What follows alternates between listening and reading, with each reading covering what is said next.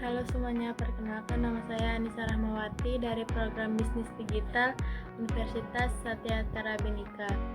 Di video ini saya bakal ngobrolin topik penelitian saya yang cukup menarik, yaitu tentang keruntuhan kerajaan Goryeo di Korea, tapi dilihat dari kacamata teori Astragatra. Tujuannya bukan cuma buat tahu sejarah, tapi juga buat ngambil pelajaran penting yang bisa kita terapkan di Indonesia, khususnya soal ketahanan negara. Oke, jadi kerajaan Goryeo ini berdiri dari tahun 918 sampai 1392. Dulunya kuat, punya pengaruh besar di Asia Timur, tapi akhirnya runtuh juga lewat teori Astragatra yang ngebagi jadi dua bagian, yaitu Trigatra, geografi, demografi, dan SDA, dan Pachagatra, yaitu ideologi, politik, ekonomi, sosial, budaya, dan pertahanan. Saya coba analisis kenapa Goryeo bisa jatuh.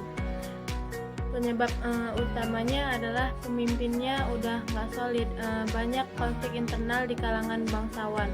Terus kemudian ada pertahanan negara melemah, terutama setelah serangan dari Mongol dan pemberontakan di dalam.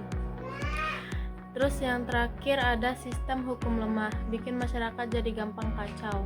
Terus padahal secara alam dan sumber daya mereka cukup kaya, tapi karena tiga hal tadi tidak seimbang, akhirnya ya bubar juga.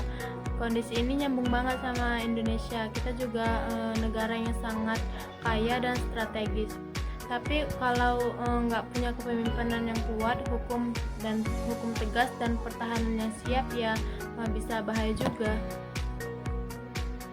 Jadi apa pelajarannya? Buat saya, Indonesia harus benar-benar jaga keseimbangan dalam politik, ekonomi, sosial, budaya, dan keamanan. Jangan cuma fokus ke satu sisi terus, sisi lain dibiarkan rapuh. Kita juga perlu siap hadapi perubahan zaman, terutama globalisasi dan tantangan digital. Dan yang gak kalah penting, mengelola keberagaman dengan bijak.